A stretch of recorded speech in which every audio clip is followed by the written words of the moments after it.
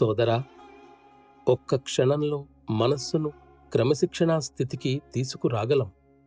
నేనొకసారి అవసరమైన జాగ్రత్తలన్నీ తీసుకుని చాలా పురోగతి చెందిన ఒక అభ్యాసిపై ఒకే ఒక్క క్షణం అతి సూక్ష్మ స్పర్శతో ప్రయోగించి చూశాను. దాని ఫలితం సరిగ్గా నేనెంత మోతాదులో ఉండాలనుకున్నానో అంతవరకే ఉంది కూడా. కానీ అతని హృదయానికి అది నెలన్నర రోజుల వరకు మోయలేని భారం అయిపోయింది. ఆ సమయంలో ఎక్కడ అతని హృదయం ఆగిపోతుందోనని అతడిని సునిశితంగా గమనిస్తూనే ఉన్నాను.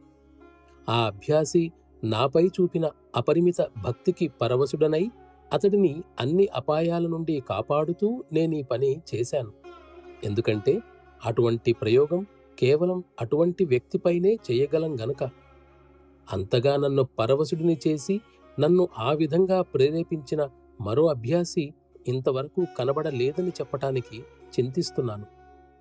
నా వంతుగా మీకందరికీ సాధ్యమైనంత తక్కువ సమయంలో సాధ్యమైనంత ఎక్కువగా ఆధ్యాత్మిక పురోగతిని ఇవ్వటానికి నేను చాలా ఉత్సాహపడుతూ ఉంటాను. మీరు ఒక్క అడుగు ముందుకు వేస్తే నేను మరింత ఉత్సాహంలో మీ వైపు 4 అడుగులు వేయడానికి వెనకాడను.